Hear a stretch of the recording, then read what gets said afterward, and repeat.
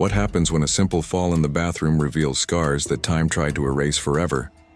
In a busy hospital in São Paulo, in the fall of 2023, a 92-year-old woman arrives on a stretcher, groaning in pain from a hip fracture. Her eyes, sunken yet alert, hide more than decades of ordinary life. Nurses settle her into room 307, while a young woman, her granddaughter, runs down the hallway, phone in hand, oblivious to the weight carried in her last name.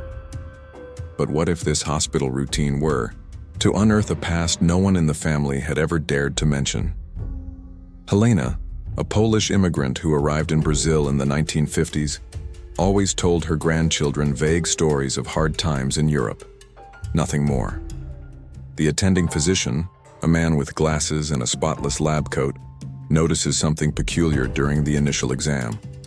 A mark on the wrinkled skin of her left arm, faded numbers, like a forgotten code. This is not just an old tattoo. It is an echo of horror that can rewrite an entire lineage. Millions carry such marks, but many hide them to protect those who come after. The granddaughter, Anna, sits at the bedside, holding her grandmother's hand. Already planning the hospital discharge she hopes will be brief. Little does she know that this banal incident is about to open a family's Pandora's box. Stay with us as we uncover how a war secret can transform the present and challenge what it means to inherit the truth. Based on real stories of survivors.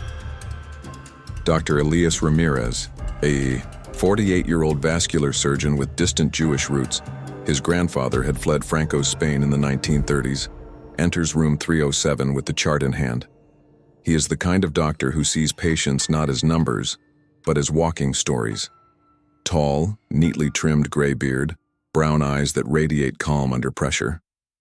Trained at USP with specialization at Harvard, Elias chose medicine to heal both visible and invisible wounds, but nothing had prepared him for what would follow. "Good morning, Dona Helena," he says with a soft São Paulo accent, adjusting the stethoscope around his neck. The elderly woman with thin white hair and translucent skin like rice paper lifts her gaze from a pile of old magazines on the nightstand. "Oh, doctor, what hellish pain from that fall. I slipped on the kitchen rug like a fool." The hospital, São Judas Medical Center, is a labyrinth of white corridors and incessant beeps located in the heart of Pinheiros, where São Paulo's traffic roars in the distance. It is a place of routines, 12-hour shifts, overnight duties, and the eternal smell of antiseptic mixed with reheated coffee. Helena Kowalski had been admitted the day before after a neighbor's emergency call. X-rays confirmed a fracture of the right femur. Surgery was scheduled for the next day. Nothing unusual, thought Elias as he skimmed through her medical history. Hypertensive, advanced arthritis, widowed for 20 years. Arriving from Poland in 1952 with her husband and a small daughter, she had settled in a working-class neighborhood of Santo Amaro, sewing clothes to support the family. "She was always strong, my grandmother," says Anna, the 28-year-old granddaughter, who arrives breathless with a bouquet of wildflowers. Anna is a freelance graphic designer with short blue-dyed hair and discreet tattoos on her wrists, symbols of freedom, as she says. She lives in a cramped apartment in Vila Madalena, juggling deadlines and the chaos of adult life. "She raised me after my mother died young." She told stories about Poland, deep snow, fresh bread, but never gave details about the war. She said it was men's business, better forgotten. While Elias examines the immobilized leg, the air conditioner hums softly, and a nurse enters to change the IV bag. Helena instinctively pulls down the sleeve of her hospital gown, but the doctor, wearing sterile gloves, notices what looks like an irregularity on the skin of her left forearm. He stops and frowns. Bluish digits, almost invisible beneath protruding veins. A15723. "Dona Helena, that mark on your arm. Is it a tattoo?" She hesitates, eyes drifting toward the window where sunlight filters through the blinds. "Oh, that? Silly youth, doctor. I was foolish dating a sailor in Gdansk. He convinced me to get it. I barely remember." Her voice is firm but trembles slightly, like dry leaves in the wind. Elias nods, continuing the exam, but his mind races. Was he Jewish? Not practicing, but his grandfather had told him about family lost in Europe. Those numbers, they seemed familiar, like something he had seen in late-night documentaries on TV. Anna, sitting on a creaky plastic chair, taps on her phone, updating the family WhatsApp group. Grandma stable, surgery tomorrow, pray. She and Helena share a deep bond, forged over afternoons of tea and crochet. The grandmother had immigrated with the dream of starting over. Her husband, Jan, an unemployed post-war engineer, found work in a textile factory. They had 2 children in Brazil, but the eldest, Anna's mother, died young of pneumonia. Grandma never talks about what she left behind, Anna confides to Elias while he jots down prescriptions. But the family was large, and the war took everything. Still, she smiles when she remembers Hanukkah parties in rural Poland. Elias smiles back, but inside he questions. He knows, from lectures at medical conferences, about the silenced trauma of immigrants, chronic depression, undiagnosed nightmares. Helena seems like an ordinary grandmother, knitting a shawl in her lap, complaining about bland porridge.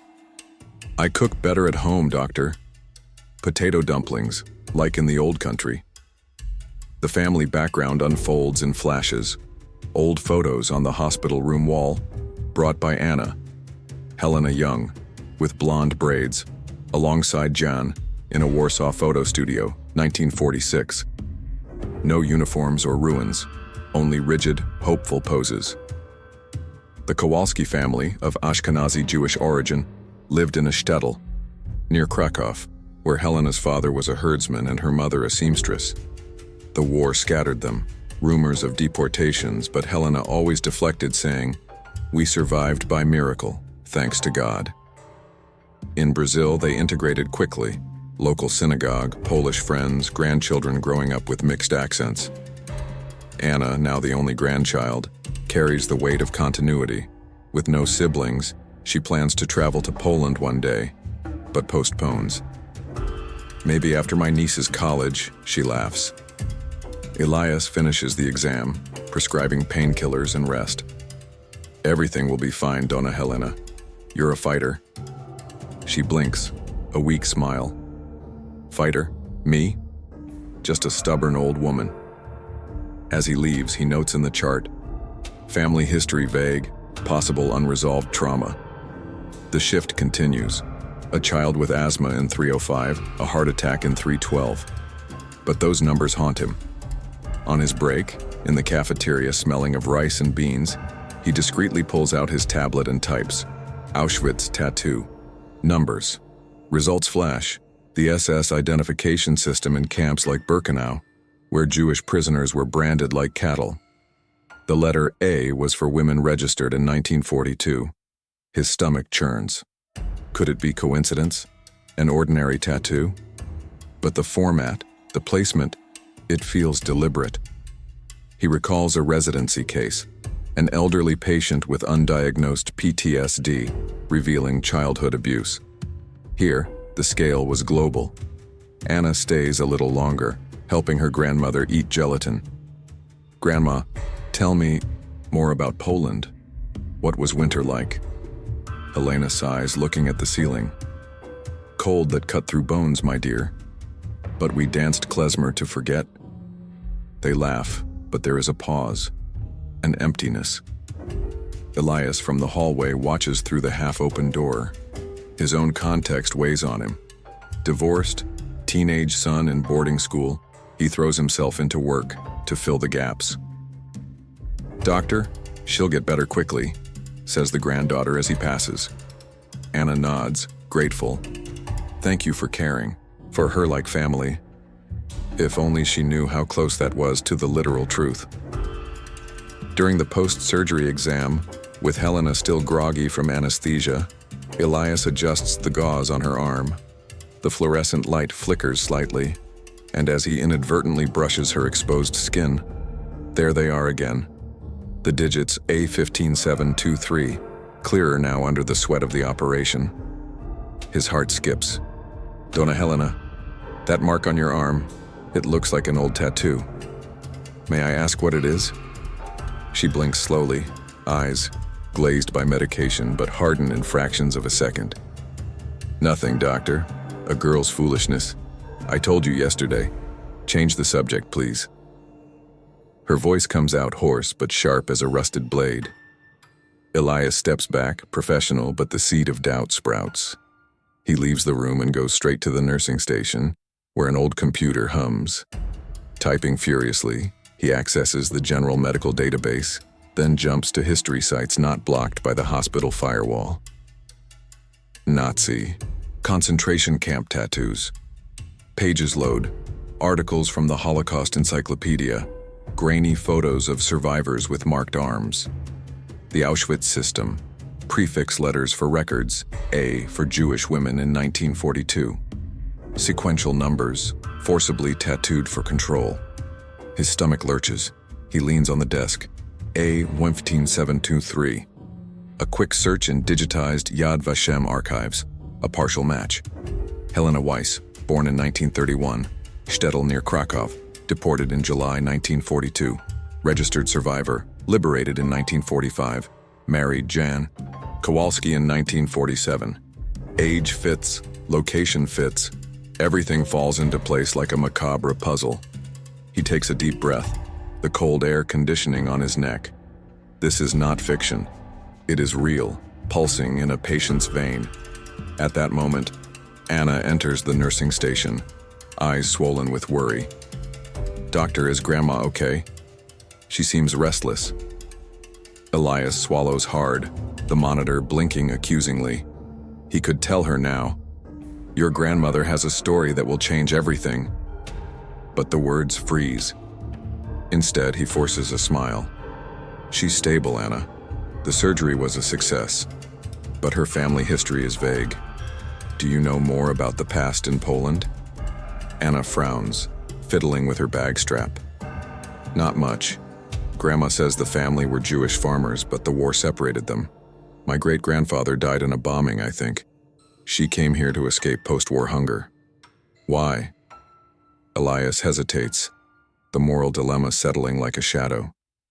Revealing it would expose a trauma Helena buried for 80 years. Not. Revealing it would be complicity in silence. Just for treatment, nothing more. A white lie, he thinks, but his chest tightens. In the room, Helena shifts in bed, murmuring fragmented Polish. Anna approaches, smoothing the blanket. Grandma, rest. I'll take care of everything. But inside, Anna feels the emptiness. Her mother died without deep cultural inheritance, only pierogi recipes and old albums. She dreams of reconnecting with roots, maybe a DNA test, but Helena always blocks it. The past is dust, my flower, her grandmother always says. Now with the hospitalization, Anna plans to rummage through boxes in the Santo Amaro attic. Yellowed letters, perhaps. In the hallway, Elias consults a colleague, Dr. Sophia, the hospital psychiatrist. What if a patient hides historical trauma? Is it ethical to investigate? Sophia, round glasses and a Minas accent, sighs. Ethics is balance, Elias. Privacy versus well-being. If it affects health, intervene. But family secrets, that's a minefield. He nods, but his mind spins. His own Spanish grandfather had recounted stories of exile, but nothing like this. That tattoo is not just skin. It is a silenced scream of horrors. Selections on the ramp, stinking barracks, medical experiments, rumors of twins under Mengele. Helena, a young girl of 11 in 1942? God. The afternoon moves on. Visitors arrive. A distant cousin, Marek, brings fresh bread wrapped in brown paper, the scent of rye filling the sterile room. Aunt Helena, eat this.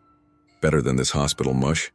He is a 65-year-old retired accountant with a thick mustache and heavy accent, descended from one of Jan's cousins. They converse in low Polish, occasional laughter about old parties in Santo Amaro. Anna watches, smiling, but notices the weariness in her grandmother's eyes. Elias walks past the hallway, pretending to check the monitor. but stops at the door, catching fragments. Names like Malka, and trains to the east. His pulse races again. Malka? Could this be the twin sister mentioned in archival rumors? Twins used in experiments, separated in the chaos of liberation? He steps back, lab coat damp with sweat despite the cold air.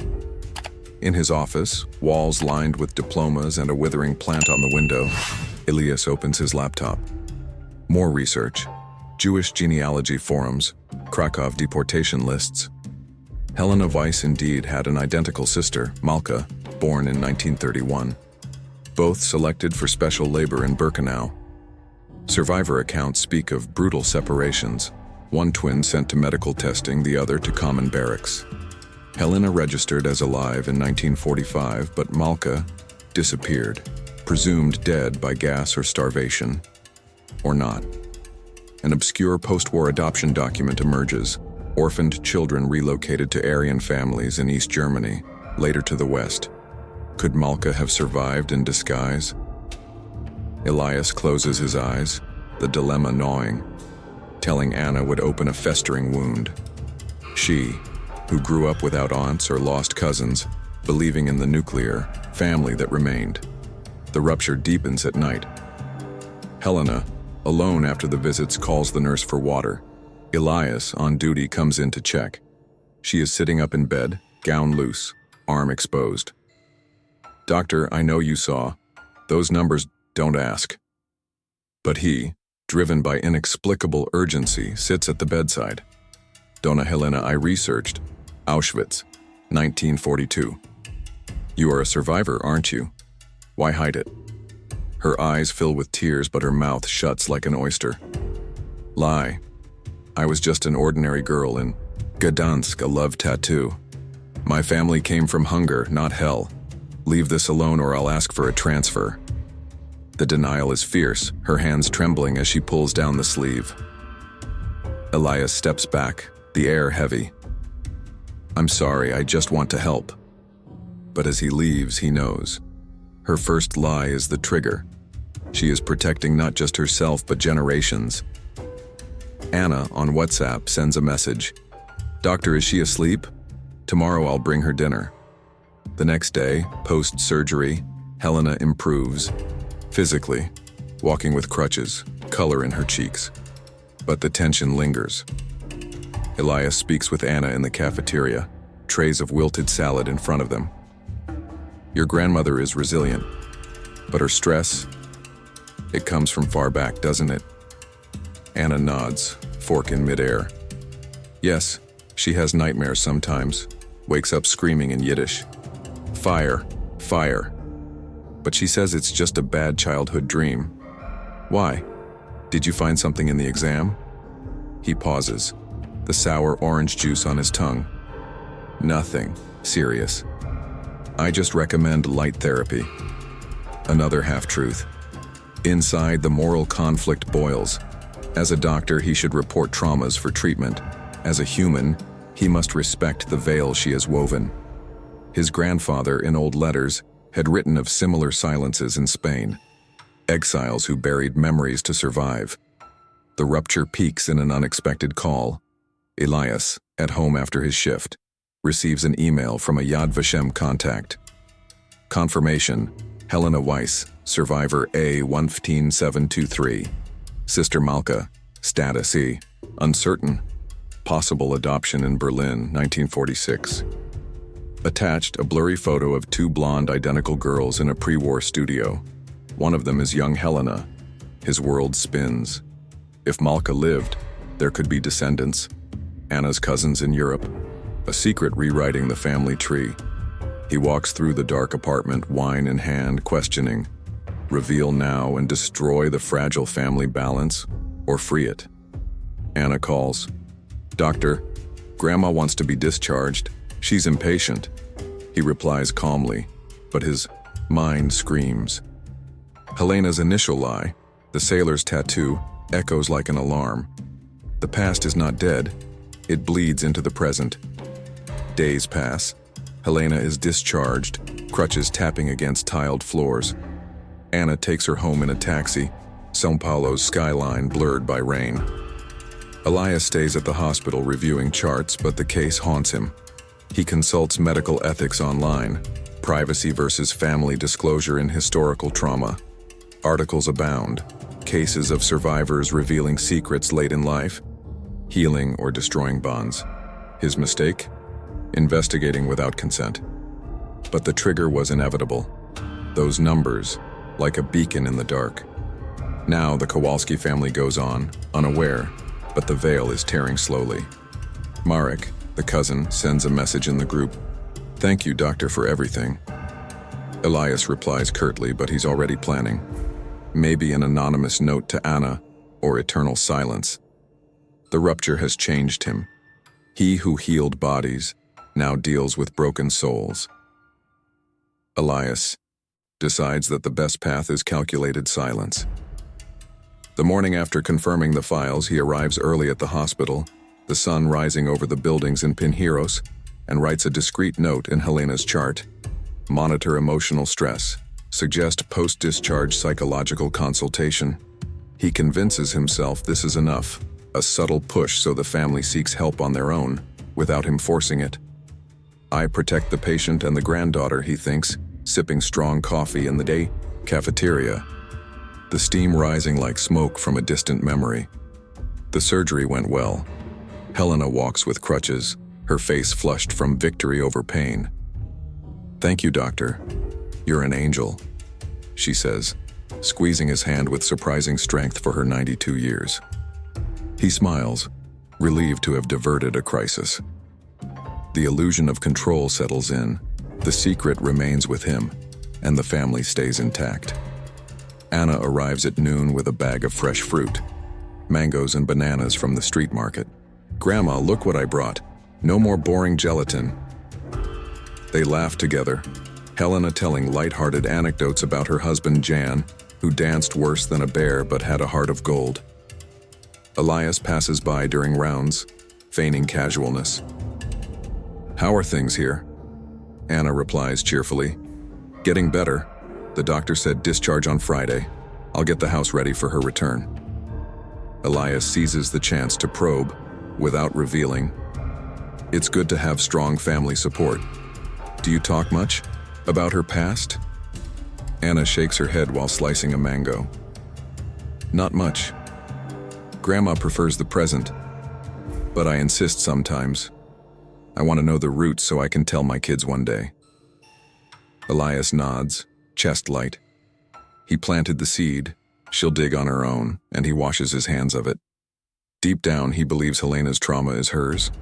Forcing a revelation could break the elderly woman, and Anna, innocent, doesn't need to carry this now. The day flows with comforting routine. Elias tends to other patients. A young man with appendicitis, a mother with seasonal flu. During a break, he deletes his search history on the laptop, as if erasing the weight. "I control this," he mutters to himself, staring at his reflection on the dark screen. He calls Sophia, the psychiatrist. "I've referred the Kowalski case to you. Suspected chronic anxiety, without mentioning the numbers." Sophia thanks him, and he feels the false victory pulse. He acted indirectly, without violating privacy. In the afternoon, Marek the cousin shows up again, with a portable radio playing old Polish songs. "To cheer you up, Aunt," Helena sings softly, her voice hoarse but joyful, Yiddish words mixed in. Anna records on her phone. This is going on the family's Instagram. Elias watches from the doorway, a genuine smile. Everything seems normal. The secret is a ghost he's buried.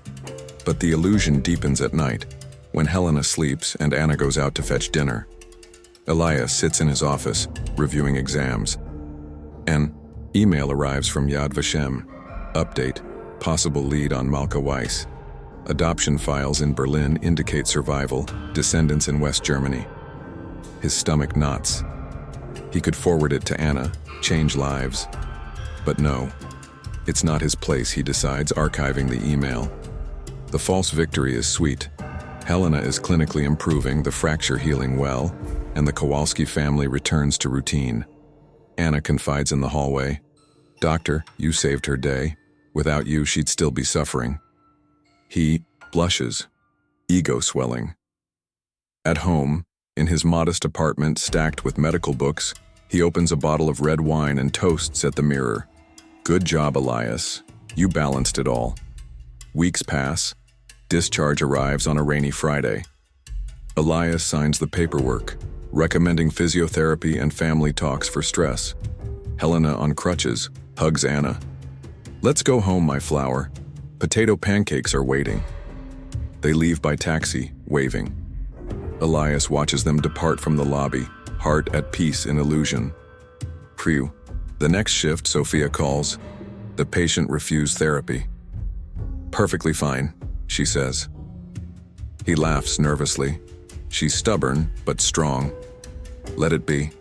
The illusion of control reigns. He avoided chaos, preserved fragile balance. His own past, his Spanish grandfather recounting Francoist prisons, echoes, but he silences it, like Helena. The family carries on unaware, and he, the invisible hero, sleeps soundly. The secret, once a prison, becomes a legacy of strength. Helena lived to share the past only in fragments, but Anna and Greta, Malka's granddaughter, reconnect generations. Video calls, visits, and shared memories restore bonds that war had tried to erase. Helena, in the end, whispered, "The truth set me free." For all of them, it is the same. To inherit the past is not a burden, but a flame for deep empathy, collective memory, and restored humanity. The curtain falls on Helena's saga, where a simple fall unearthed an empire of silences and reconnections, proving the past never dies. It waits to be reborn. From a hospital in São Paulo to airports in Munich, a family rebuilt itself from the ashes of World War II, turning trauma into a living tapestry of bonds and lessons. And you, when faced with a secret that could redefine your own story, would you reveal it risking chaos or guard it fearing the collapse?